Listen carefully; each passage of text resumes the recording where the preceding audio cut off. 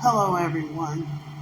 Today is Saturday, May 20th, 2023 at 12:34 p.m. in the afternoon.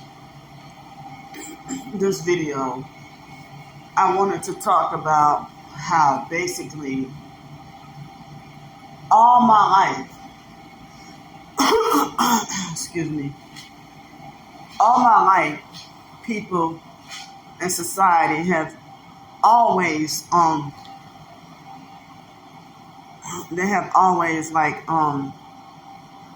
had zero respect for me and treated me like I'm lower than human. It's like they trample over, and like all my life since, ever since early childhood, like the first time I was at that daycare nursery, and that was the time when I experienced, I had my first experience of what it felt like to be discriminated against at the daycare nursery. I think it was on Halloween. Excuse me. I think I'm going to turn the air off because I am freezing cold. But nah, I'll just go cuddle up in the bed.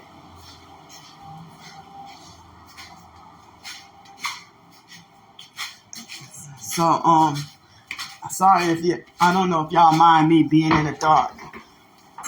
But, so I'm 39 years old and about to be 40 in 3 months. People always have more reverence and respect for my gang stalking twin sister than they have for me. But they used to treat her a certain way, abusive and disrespectful towards her growing up. So, it seems like as if, people always single me out and treat me different or treat me like I'm worse than everybody else or the worst human being in the world. And,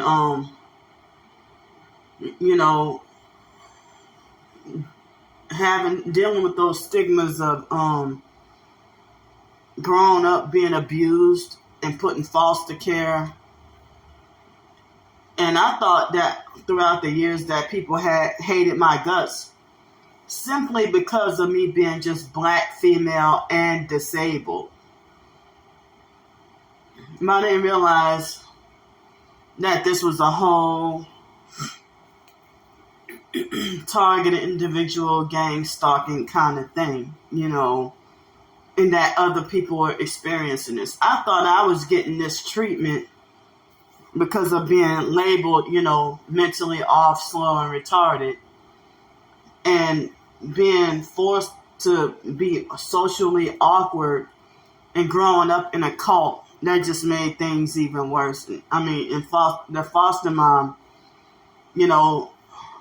ran her own household like a cult and was her own cult leader of her own household. And she used us as cleanup slaves. Some people call that labor trafficking, to force us to do nothing but clean up her house. And then we got a slave wage of $20 a month when we were supposed to, the foster care system, we were supposed to get $37 a month spending money no matter what. But she made it like as if we had to earn it by cleaning up. But other foster kids, they got their $37 a month, and the foster parents used to clean up after them.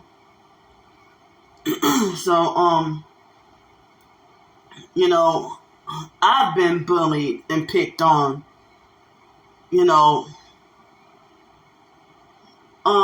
probably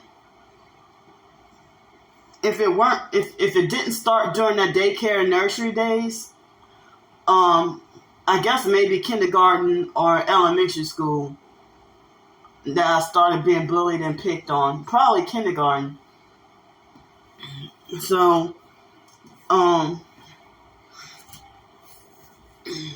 but I didn't realize that me being abused, like locked up in small janitorial closets in kindergarten, or in the same thing, being locked up in a hot laundry room or being beat with hangers by the biological brother. So, I didn't realize in the foster family beatings, I talk about that all the time. I didn't realize that I had to put a stop to me becoming an abuser like them, because all the stuff they did to me, if I did it to somebody, I couldn't get away with it, and I would go to jail or prison. So I put a stop to that. I put a stop to that cycle and said that I didn't want to become or be an abuser like them. And I would have been locked up in jail or prison a long time ago. I didn't get away with nothing. So it seemed like everybody got more rights than me. And I don't get the same rights as everybody else or the same privileges as everybody else. And so people just think they got the authority and the right to just trample over and disrespect me. They don't respect my boundaries. They don't respect me. They don't respect my emotions or feelings. They don't respect my belongings or valuables. They don't respect my body or nothing. And it's like, how can somebody who just met you for 5 minutes think they know all about you, and then try to be like, oh, shut up about talking about somebody disrespecting you. You don't even respect yourself. I'm like, well, how do you know that about me within 5 minutes of knowing me? You don't even know me. I just met you just now, and you come and bully and pick an argument or fight with me, So, my biological sister Ramona told me during an argument in 2015, she said, "You're lucky I'm the only one in the family who treats you halfway like you're human candy." Let me translate that. You're the only one. She tried to say, I'm the only one in the family who treats you halfway like you're human candy. And it's like she never treated me like I was human. And then the cousin who got shot and killed, a year before he got shot and killed, he told me, you're unwanted. What make you think things gonna change? Don't come back down here. Because I was living in Los Angeles. And, the family, the biological family, they didn't want me around. So, I'm sorry that I'm just rambling around because I got 10 minutes to talk. So, the foster mom used to try to tell me, see, Candy, people prey on weak people like you.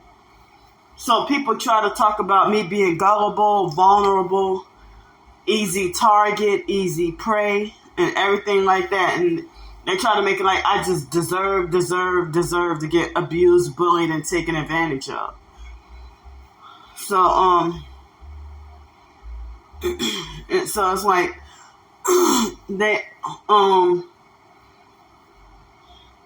so it's like the foster mom used to encourage the teenage, after I became an adult, she used to encourage the teenage foster boys to order me around and tell me what to do. And then when I have jobs now, if I'm in my 30s and I have to deal with a bossy 14, 15, 16, 17-year-olds children trying to be like bossy co-workers, trying to order me around and tell me what to do and think they got high authority over me, and everybody glorify themselves as having more common sense than me. And and it's like people make it like as if I'm the stupidest person in the world with no rights and that I'm just a dummy. When I got a bachelor's degree, and I even graduated from high school with honors. Well, my time is up, so thanks for listening.